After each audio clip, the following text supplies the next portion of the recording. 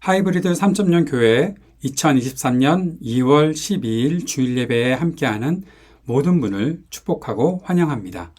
오늘로 예배자의 자리에 서 있는 우리 모두를 주님께서 복 주시며 또 우리를 은혜 가운데로 인도하실 것을 믿고 우리 모두 한 마음으로 주님 앞에 온전히 서는 예배자들 될 수 있기를 바랍니다.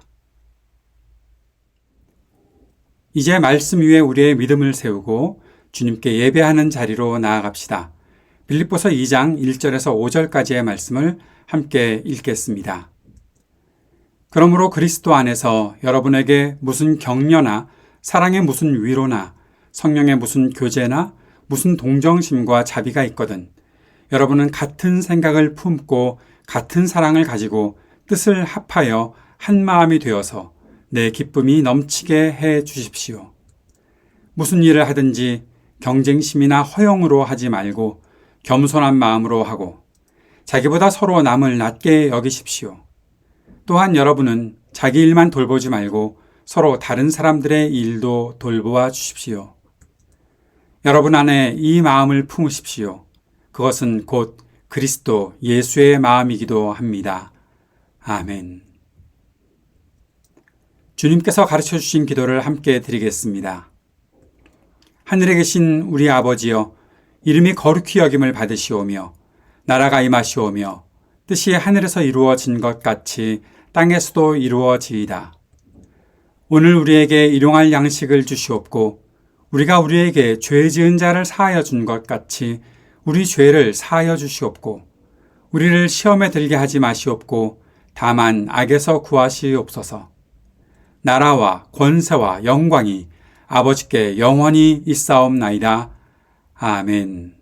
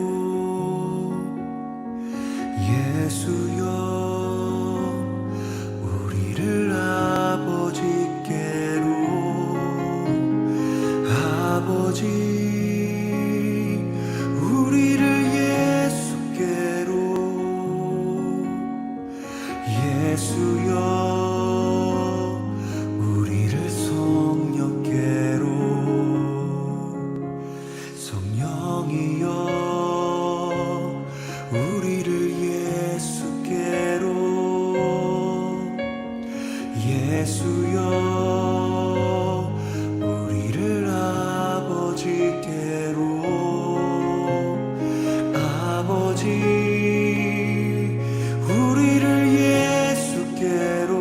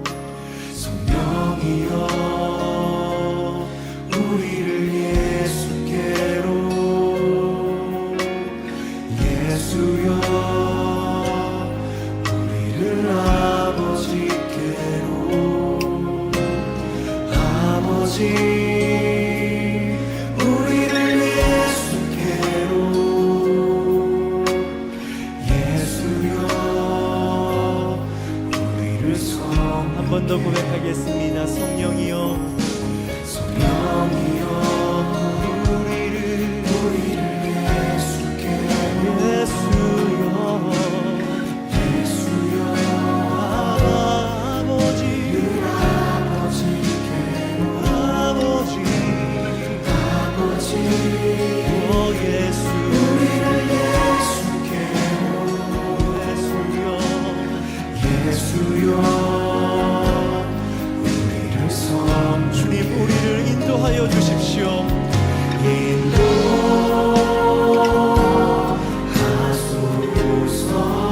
그 친밀한 사랑으로, 그 친밀한 사랑으로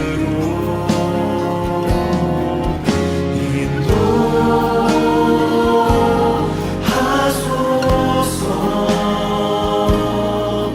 그 영원한 주십시오. 그 친밀한 사랑으로 인도하소서.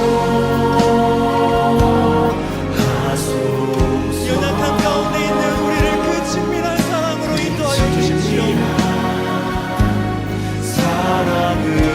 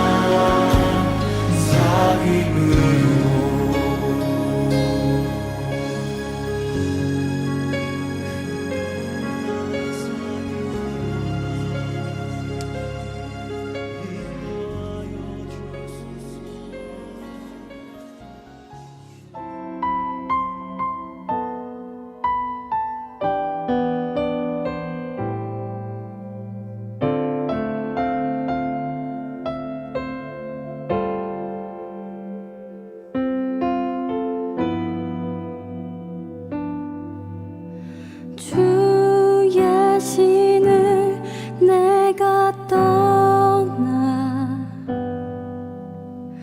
어디로 피하리까.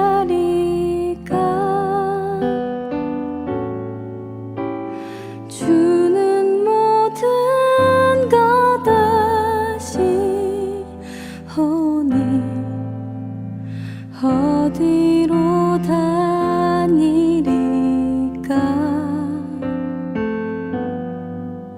내가 새벽 날개 치며 저 바다 끝에 거해도 어둠도 숨기지 못하리라. 주님의 손이 날 인도해.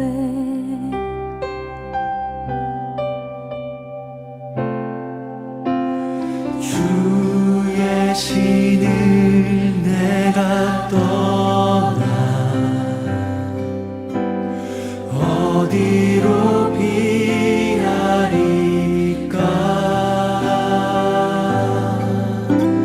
주는 모든 것 아시오니 어디로 다니리까.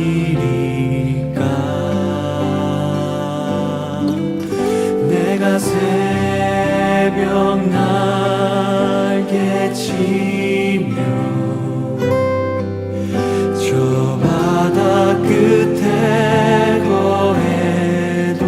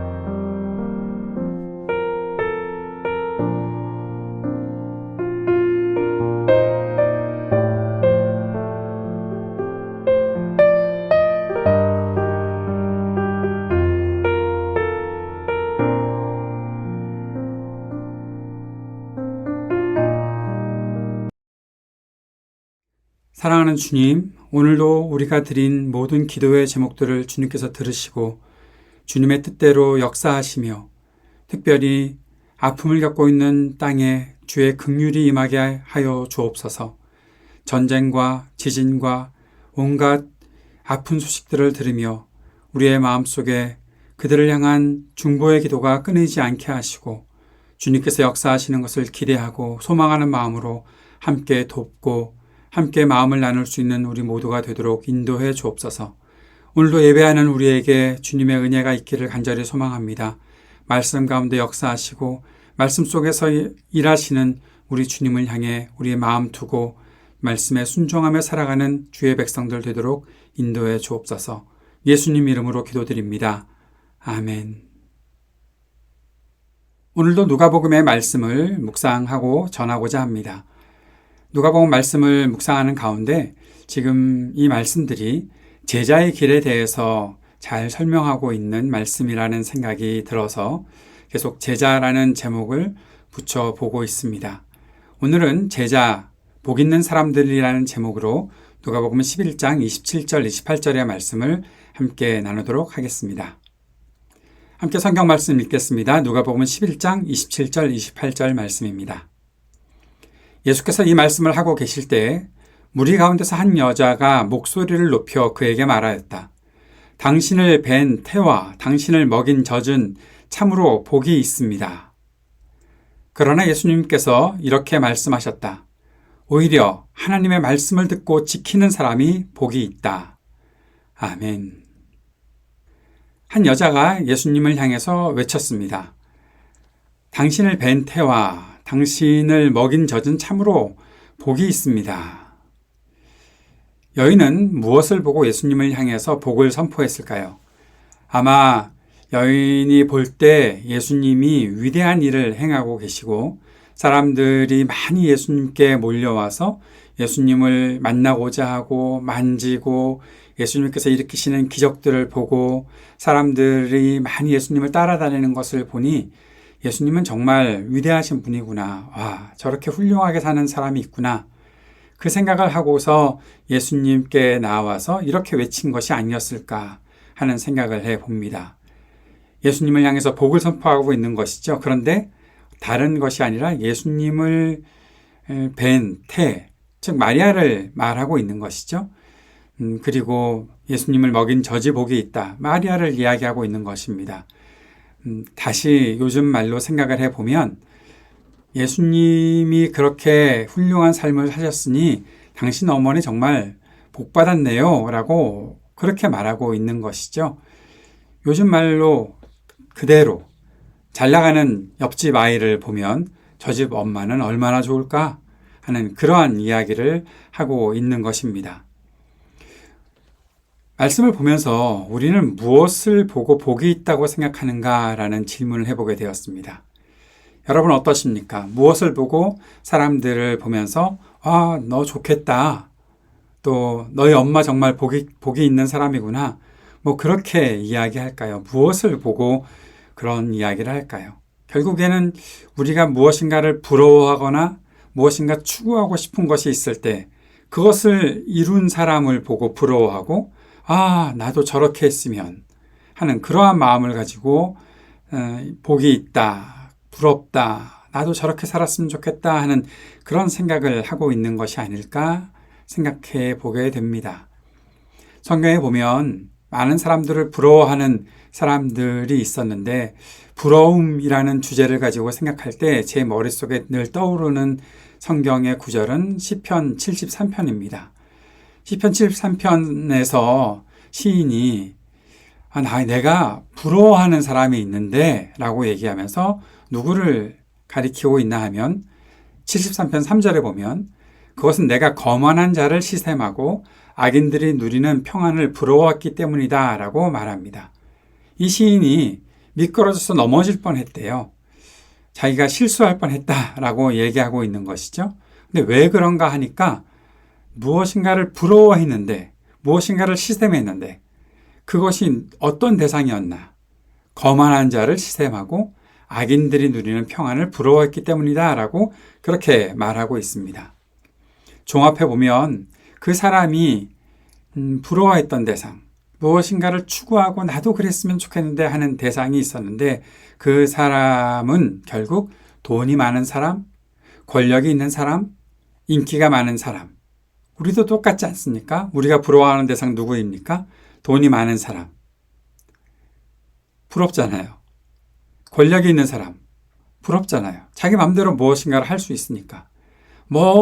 권력이 있는 사람을 가리키면서 온갖 욕을 해대고 있긴 있지만 우리도 나도 저런 권력이 있으면 좋겠다라는 생각을 할 때가 있지 않습니까?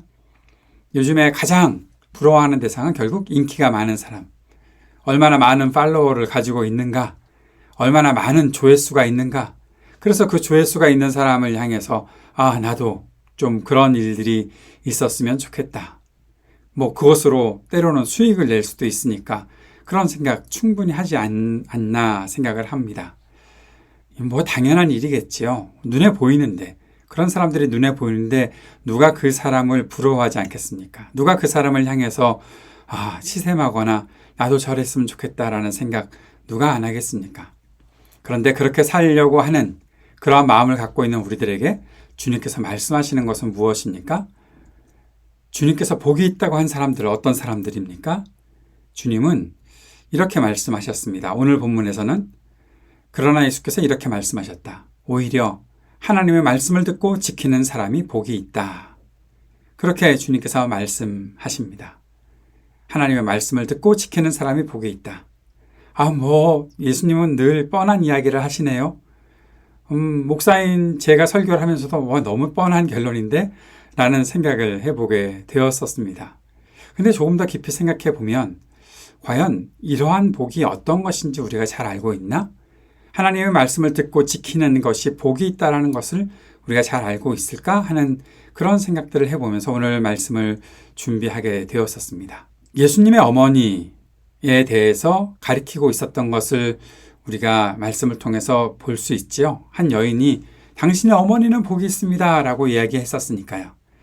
예수님의 어머니 마리아는 그러면 복이 없는 사람 아니죠? 충분히 복 있는 사람입니다. 예수님께서 하지만 주님의 말씀을 따르고 주님의 말씀을 지키는 사람이 복이 있다라고 하셨으니까 예수님의 어머니는 아니었나? 라는 생각을 할 텐데 그렇지 않습니다. 마리아는 예수님을 잉태했다는 소식을 처음 접했을 때 그 말씀을 듣고 곰곰이 묵상했고 순종했잖아요. 그리고 예수님의 어머니 이 마리아가 세례요한의 어머니 엘리사벳을 찾아갔을 때 세례요한의 어머니 엘리사벳이 이렇게 말했습니다. 누가복음 1장 42절과 45절에 그대는 여자들 가운데서 복을 받았고 그대의 태중에 있는 아이도 복을 받았습니다. 주님께서 하신 말씀이 이루어질 줄 믿는 여자는 행복합니다. 여러분, 이렇게 말했으니까 충분히 복을 누리고 있는 사람이고 복받은 사람이 예수님의 어머니 마리아죠. 그가 특별한 대상이어서 우리가 인간으로서는 도저히 같은 동류로 취급되지 못하는 그러한 사람이어서가 아니라 예수님을 잉태했다는 소식을 들었던 마리아가 주님의 말씀을 그대로 받아들이고 순종했고 묵상하고 살았기 때문에 이 여인은 복 있는 사람이 되었었고 이 여인에 대해서 복이 있다고 말했던 그 한 여인의 외침은 틀린 것이 아닙니다. 그런데 예수님께서는 왜 이렇게 말씀하셨던 것일까요? 예수님은 복이라는 것이 어떠한 특정한 사람에게 국한된 것이 아니라는 것을 말씀하셨던 것입니다. 자신의 어머니가 자신을 육신으로 낳아주신 어머니 마리아가 복 있는 사람 맞지만 그 복이 누군가에게 특정하게 국한된 것이 아니다라고 예수님께서는 말씀하셨던 것입니다. 예수님은 하나님께서 주시는 복이 누구에게나 있다는 사실을 말씀하고 있습니다. 그렇다면 우리가 생각해 봐야 되는 것은 하나님의 복을 어떻게 누릴 수 있는가 하는 것이죠. 누구에게나 열려 있다면 그렇다면 하나님의 복을 우리가 어떻게 누릴 수 있겠는가 질문해 봐야 되겠지요. 정답은 있습니다. 예수님께서 말씀하셨던 그대로입니다. 주님의 말씀을 듣고 지키는 사람이 복이 있는 사람입니다. 주님의 말씀을 듣고 지키는 사람이 복이 있는 사람이라는 것을 누구도 부인할 수 없습니다. 주님의 말씀에 순종하며 사는 사람, 주님의 말씀을 믿고 따르는 사람, 그 사람들은 충분히 복이 있는 사람이라고 말씀하셨던 것이죠. 시편 1편 1절 2절 말씀 보십시오.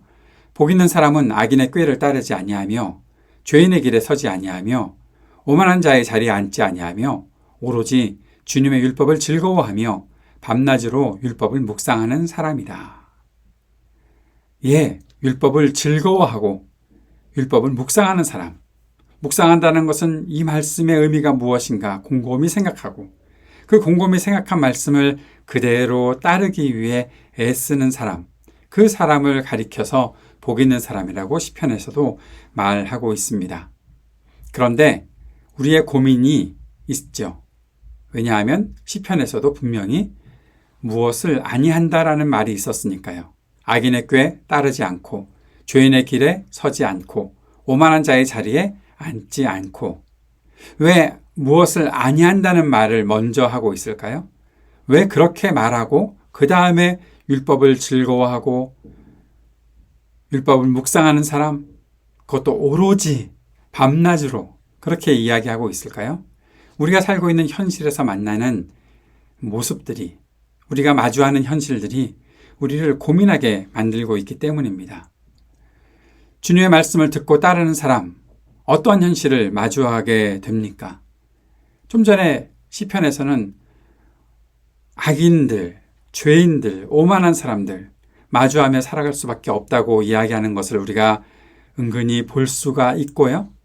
그리고 누가복음에 보면 복 있는 사람이라고 말씀하시는 사복 사화가 있을 때 그 사복에 해당되는 사람들이 있었어요.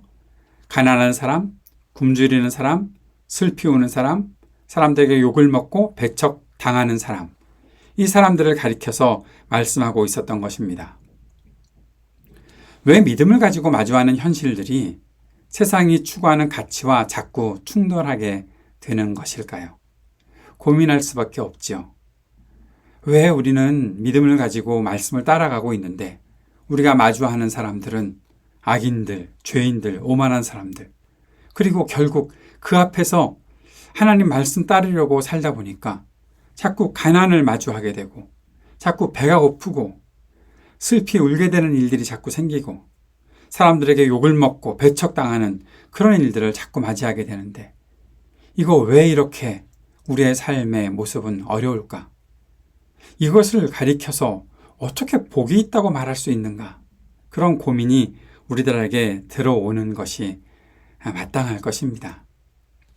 그런데 그 원인이 바로 이것 때문이죠. 주님의 부르심을 받고 믿음으로 주님을 따르기 시작할 때 우리가 그동안 익숙했던 세상의 가치관에서 벗어나고 그렇게 벗어나 살아가고 있기 때문입니다. 옳은 길을 선택해야 하고 쉽게 금방 얻을 수 있는 그런 결과를 추구하는 것이 아니라 내가 지금 옳게 가고 있는가? 빠르게 가는 것이 아니라 내가 바른 길을 걸어가고 있는가? 내가 무엇을 추구하며 살고 있는가? 그 고민을 하게 되는 것이죠. 그리고 나는 옛날에 쉽게 살았었는데 쉽게 선택했고 남들처럼 남부럽지 않게 살 수 있었는데 그런데 그거 아니라고 하시니 내가 버릴 수밖에 없는데 라는 그러한 마음을 가지고 살아가는 것이 우리의 모습이기 때문에 우리는 현실에서 자주 현실의 가치관들과 세상의 가치관들과 자꾸 충돌을 일으키며 어려움을 겪게 되는 것 아니겠나 하는 생각을 하게 됩니다. 에베소 5장 8절에서 10절까지는 우리가 어떠한 정체성을 가지고 있는 사람들인지 분명하게 말해주고 있습니다. 여러분이 전에는 어둠이었으나 지금은 주님 안에서 빛입니다. 빛의 자녀답게 사십시오. 빛의 열매는 모든 선과 의와 진실에 있습니다. 주님께서 기뻐하시는 일이 무엇인지를 분별하십시오. 너무나 강력한 선포입니다. 우리는 전에 어둠이었다. 내가 세상의 가치관과 충돌하지 않고 그 속에서 충분히 편안하게 살아갈 수 있었던 이유는 내가 전에 어둠이었기 때문에, 분별하지 못하고 지냈었기 때문에 그랬었던 것이다. 그런데 지금은 주님 안에서 빛이다. 빛의 자녀처럼 살라. 와, 너무 추상적이네요. 그렇게 말하려고 했는데 무엇이라고 말씀하나 하면 빛의 열매는 모든 선과 의와 진실에 있습니다. 그러면서 주님께서 기뻐하시는 일이 무엇인지 분별하십시오 라고 말해주고 있습니다. 다시 말하면 우리가 추구해야 하는 가치는 선과 의와 진실이다라는 것이죠. 내가 하나님의 자녀로 예수 그리스도를 받아들이고 그 말씀을 따라서 믿고 따라가다 보니까 그 말씀 속에서 내가 추구해야 될 가치가 분명하게 등장하고 있는데, 빛에서 환히 드러난 열매들로 드러나고 있는데 그것은 선과 의와 진실이다라고 말해주고 있는 것입니다. 그러면 세상은 선이 없습니까? 없을 수도 있습니다. 세상은 의가 없습니까? 없을 수도 있습니다. 세상에는 진실이 없습니까? 없을 수도 있습니다. 어떤 세상에서요? 세상이 추구하는 가치가 결국 모든 것이 이기면 되는 거다. 성공하면 되는 거지. 라고 생각했을 때. 결과가 뭐야? 이겼어? 졌어? 성공했어? 라고 물어보고 그것만 평가할 때, 과정은 하나도 생각하지 않고 그것만 평가할 때, 선, 악, 야, 그런 거 지금 분별하고 있을 때가 아니야. 이겨야지. 성공해야지. 의, 야, 정의, 공의 그런 거 필요 없어. 조금 불의가 있더라도 이기면 그만이지. 성공해야지. 진실? 진실이 밥 먹여주냐? 진실보다 중요한 것은 성공하는 거야. 조금 거짓으로 그렇게 해도 성공하면 되는 거야. 결국 이기는 사람이 남는 거지. 뭐 역사는 이기는 자의 기록이지. 그런 식으로 생각하고 살아가는 것. 그것이 세상이 추구하는 가치잖아요. 때로 아주 드물게, 너무너무 드물게 정의롭게 승리하는 사람도 있고, 선에서 승리하는 사람도 있고, 진실에서 승리하는 사람도 있지만 너무 드물게 나타나고 그 과정이 너무나 고통스럽고, 왜냐하면 반대되는 것들과 싸워야 하니까요. 그럼에도 불구하고 내가 하나님, 빛이신 하나님을 기쁘시게 해드리려면, 그리고 그 길을 온전히 따라가는 것이 내가 이제 빛의 자녀로 살아가는 삶이고 하나님 말씀 따라가는 삶이라면 그렇게 사는 것이 마땅한 것이니까요. 내가 하나님으로부터 나온 사람이라면 선과 의와 진실의 아버지 하나님, 그 주님을 닮아가고 주님과 함께 살아가는 것이 너무나 마땅한 일이니까요. 그래서 하나님 앞에 사는 삶, 그것이 복된 것임을 알고 그렇게 그 삶을 따르기로 작정하고 살아가는 것입니다. 사랑하는 여러분, 하나님 앞에서 떠나지 않는 것이 복입니다. 하나님 앞에서 더 가까이 나아가고자 무릎 꿇고 엎드리고 주님, 내가 이 자리를 떠날 수가 없습니다라고 고백할 수 있는 그것이 참된 복을 누리는 삶입니다. 하나님 앞에서 산다는 것은 무엇입니까? 하나님의 말씀을 듣고 묵상하며 하나님을 예배하는 것을 말합니다. 하나님 앞에서 내가 산다고 했을 때 가장 중요한 것은 내 귀에 하나님의 말씀이 들리느냐 하는 것이고, 그 말씀을 내가 늘 곰곰이 묵상하고 살아가느냐 하는 것이고, 그렇게 살아가면서 주님을 높여드리고 주님을 경배하는 것, 그것이 하나님 앞에서 살아가는 삶을 말하는 것입니다. 결코 이것은 추상적인 일이 아닙니다. 시편 15편을 보면 그것이 얼마나 구체적인 일로 나타난다는 것을 우리들에게 가르쳐주고 있습니다. 한번 시편 15편을 읽어볼까요? 주님, 누가 주님의 장막에서 살 수 있겠습니까? 누가 주님의 거룩한 산에 머무를 수 있겠습니까? 깨끗한 삶을 사는 사람, 정의를 실천하는 사람, 마음으로 진실을 말하는 사람, 혀를 놀려 남의 허물을 들추지 않는 사람, 친구에게 해를 끼치지 않는 사람, 이웃을 모욕하지 않는 사람, 하나님을 없이 여기는 자를 경멸하고 주님을 두려워하는 사람을 존경하는 사람입니다. 맹세한 것은 해가 되더라도 깨뜨리지 않고 지키는 사람입니다. 높은 이자를 받으려고 돈을 꾸어주지 않으며 무죄한 사람을 해칠세라 뇌물을 받지 않는 사람입니다. 이러한 사람은 영원히 흔들리지 않을 것입니다. 이것이 주님께서 말씀해 주시는 그 말씀을 따라 사는 사람의 고백입니다. 내가 주님 그 장막에 머무르고 싶습니다. 주님께 더 가까이 나아갈 수 있었으면 좋겠습니다. 내가 살아가는 믿음의 길에 흔들리지 않고 끝까지 주님께 머물러서 주님께 꼭 붙어있는 사람 될 수 있었으면 좋겠습니다. 그렇게 견고한 믿음을 가지고 사는 사람, 이것이 주님을 따르는 사람의 모습인 것이죠. 사랑하는 여러분, 믿음으로 사는 삶은 무척 중요합니다. 그래서 기초부터 올바르게 가야 합니다. 믿음으로 말씀에 순종하는 삶은 한 번에 기적처럼 성취되는 삶이 아닙니다. 정말 그렇습니다. 한 걸음 한 걸음 나아가고 왜 이렇게 안 되지 하는 마음을 가지고 있더라도 그래도 끝까지 나아가는 삶이 믿음으로 사는 사람의 모습입니다. 성경 말씀을 잘 찾아보면 말씀을 듣고 지키는 삶에 대해서 씨를 뿌리고 농사를 짓는 것, 집을 건축하는 것에 비유할 때가 참 많이 있습니다. 왜 그럴까요? 그만큼 힘든 과정을 거쳐야 한다는 것입니다. 그 과정이 있다는 것을 말하고 있습니다. 씨를 뿌려서 다음날 아침에 갑자기 나무가 확 자라버리고 열매가 주렁주렁 맺히는 일들이 나타납니까? 아니요. 시간이 필요합니다.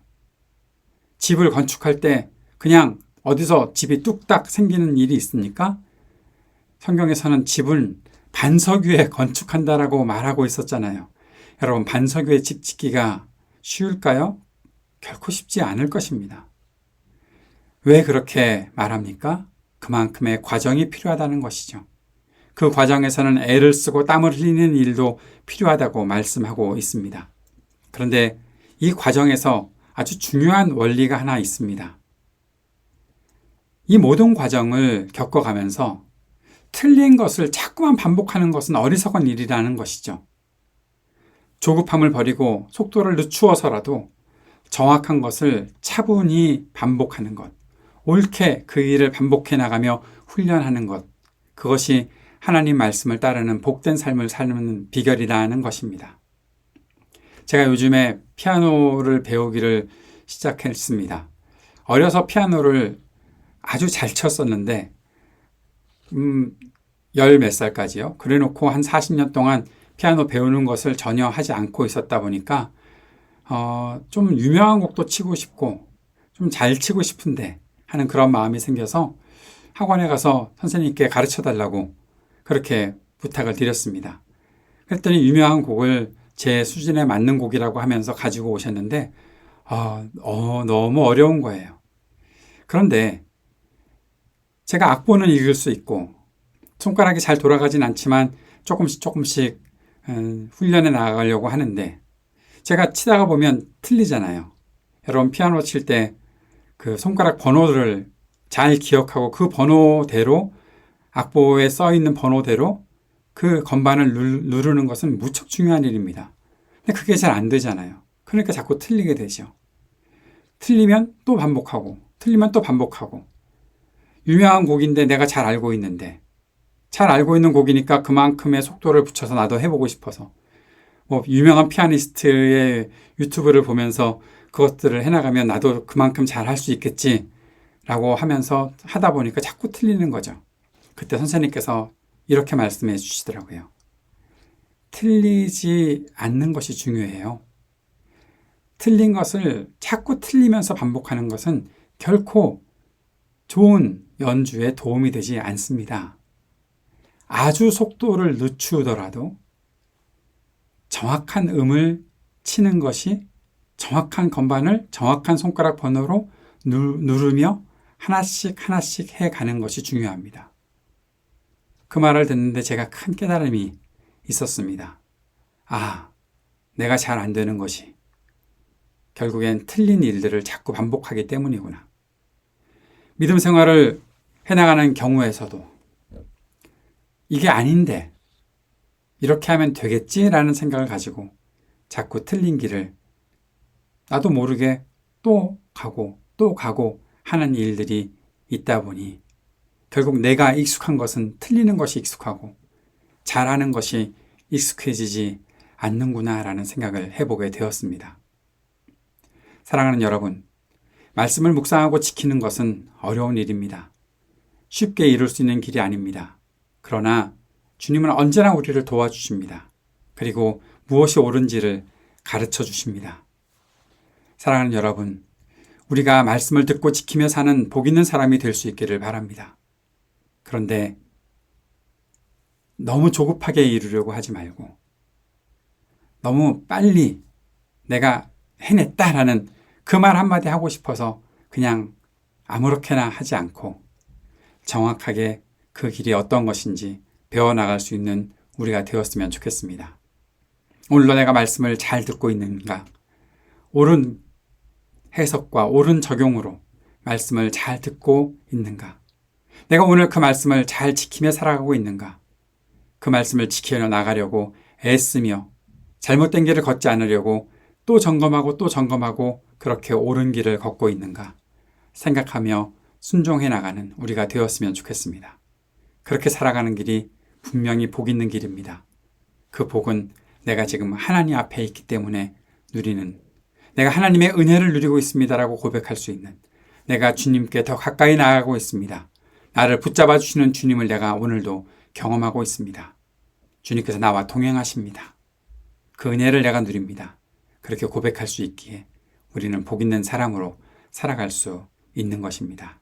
이 삶이 우리들에게 계속해서 지속될 수 있기를 주님의 이름으로 축복합니다. 기도하겠습니다. 오늘도 우리에게 말씀하시는 주님, 주님의 말씀을 듣고 지키며 따라가는 복 있는 사람으로 살게 하여 주옵소서. 어려운 과정들이 있겠지만 그 모든 과정들을 옳은 길을 걸어가며 잘 통과해낼 수 있는 우리가 되도록 인도해 주옵소서. 세상이 우리를 여러 가지 이유로 조급하게 만들더라도 두려움과 조급함을 버리고 온전히 주님을 신뢰하고 옳은 길을 걸어가는 주의 백성들 되도록 인도해 주옵소서. 예수님 이름으로 기도드립니다. 아멘.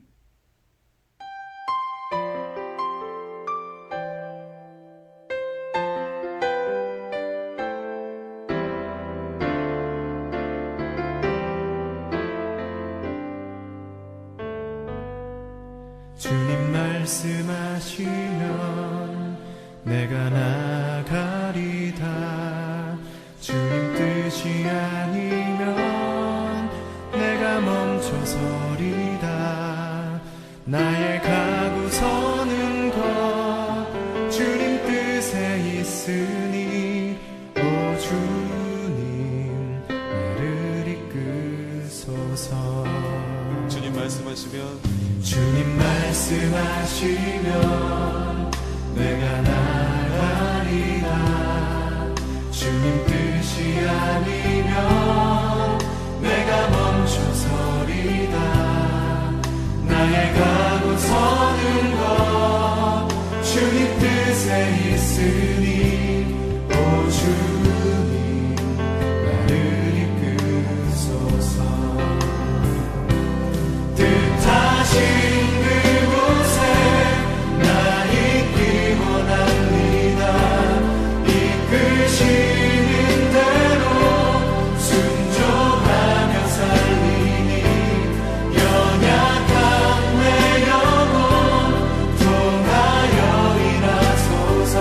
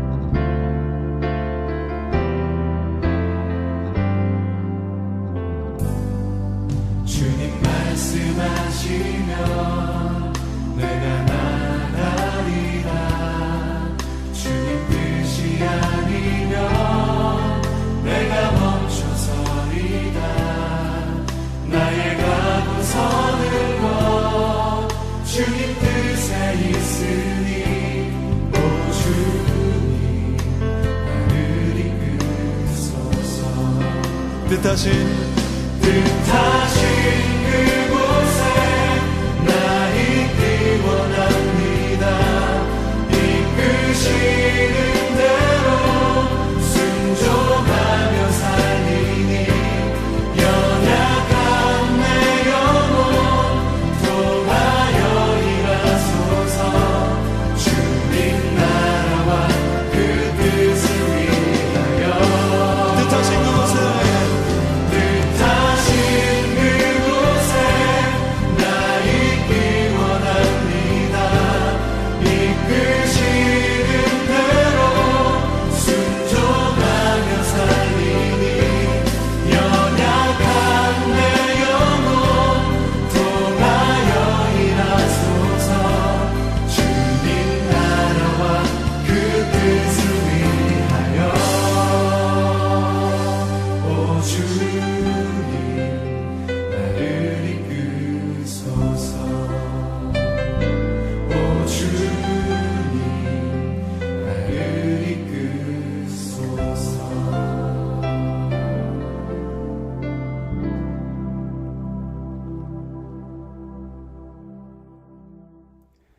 오늘 말씀 기억하고 또 함께 부른 헌신의 찬송을 기억하며 서로를 축복하는 시간 갖도록 하겠습니다.